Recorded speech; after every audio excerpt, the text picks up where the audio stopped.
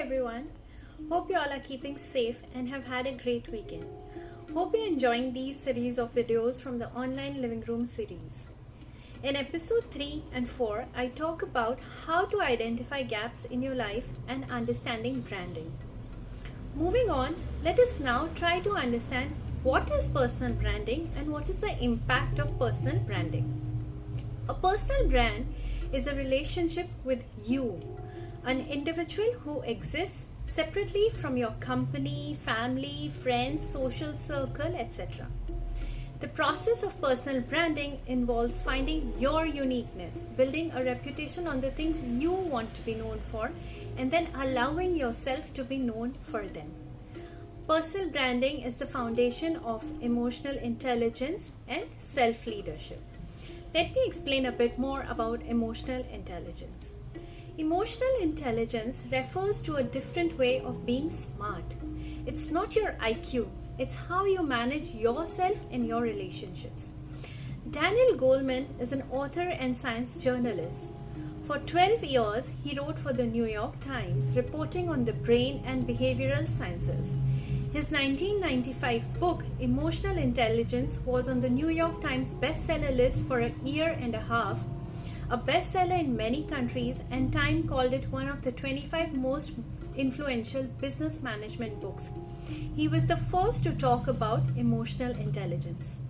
Daniel Goleman explains that for leadership and managerial positions, IQ is just a threshold ability. You need a certain amount of IQ to understand the complexity of what you're doing. You don't necessarily need a lot of knowledge and skill. You can hire people who have knowledge and skill. But the higher you rise in an organization, the more emotional intelligence matters for your effectiveness.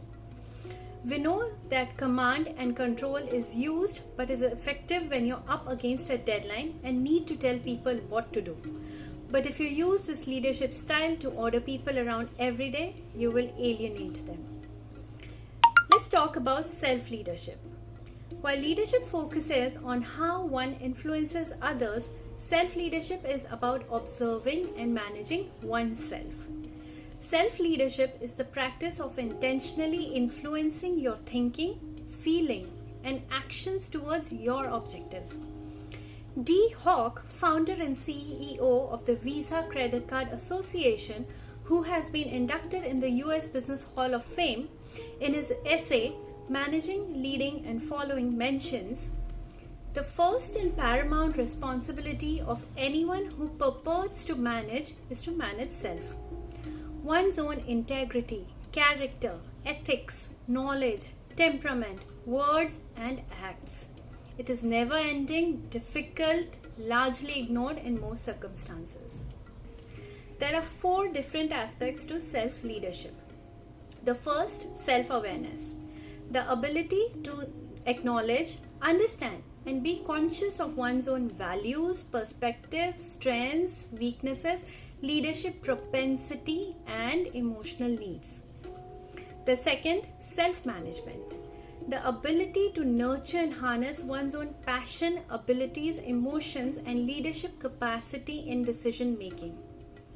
Other awareness, the ability to acknowledge and recognize the passion, gifting, strengths, weaknesses, potential, and needs of others.